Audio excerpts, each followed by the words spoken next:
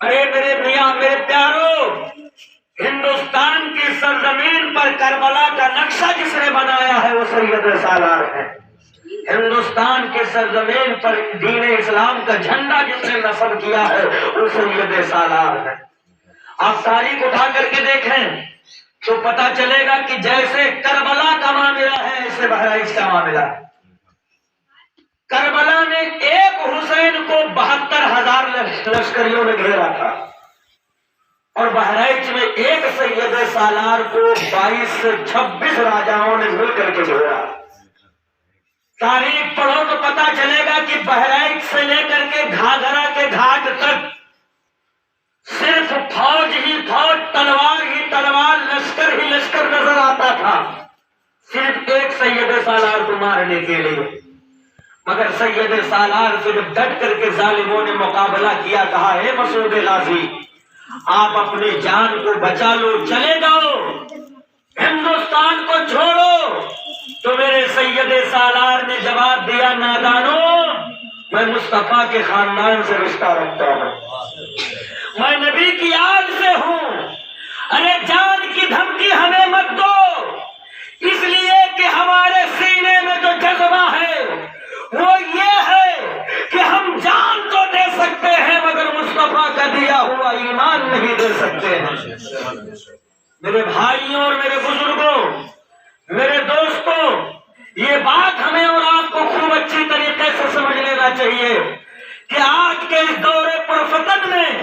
ہندوستان کے شہر بہرائچ میں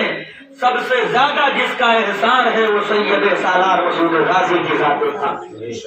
تیرے گھروں میں قرآن ہے تو یہ سید سالار کا احسان ہے،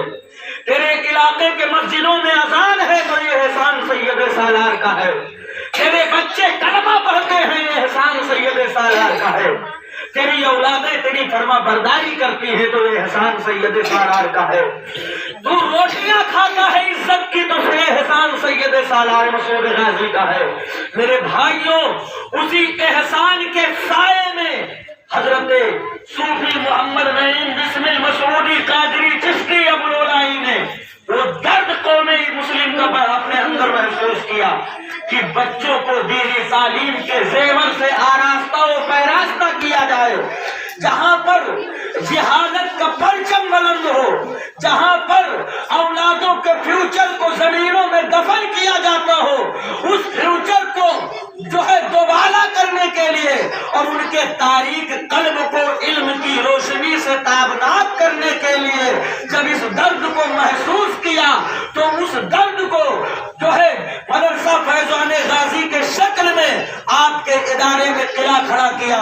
الحمدللہ رب العالمین، اگر قوم مسلم ہمارا ساتھ دے تو انشاءاللہ دین کا ہم وہ کام کریں گے جو سید سالار مسعود غازی نے ہمیں طریقہ بتایا ہے، جو مشن ہمیں سید سالار نے دیا ہے وہی مشن لے کر کے آپ کے اس علاقے میں اس ادارے کو ایک قلعے کی روشنی میں کھڑا کیا گیا ہے۔ اب آپ کا ساتھ ہوتا جائے گا تو انشاءاللہ رب العزت کام کو آگے بڑھانا ہمارا کام ہے۔ میں نے کہہ دیا تھا کہ ہمیں تو تنہا ہی چلا تھا جانب منزل مگر لوگ ساتھ آتے گئے اور کارواں بنتا گیا۔ میرے بھائیوں اور بزرگوں، یہ مدرسہ آپ کا ہے، یہاں سے جو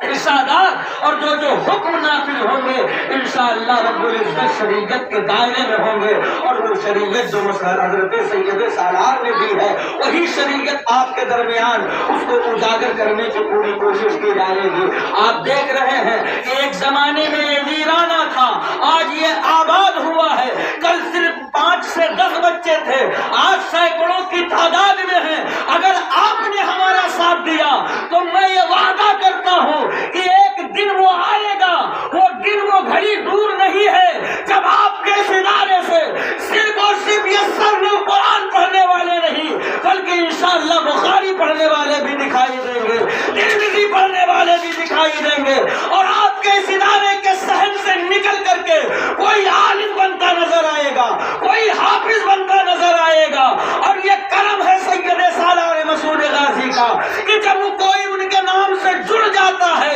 تو اللہ رب العزت ان کے نام میں اتنی برکت دیتا ہے کہ جو مدرسے ان کے نام سے جڑے ہوئے ہوتے ہیں اللہ ان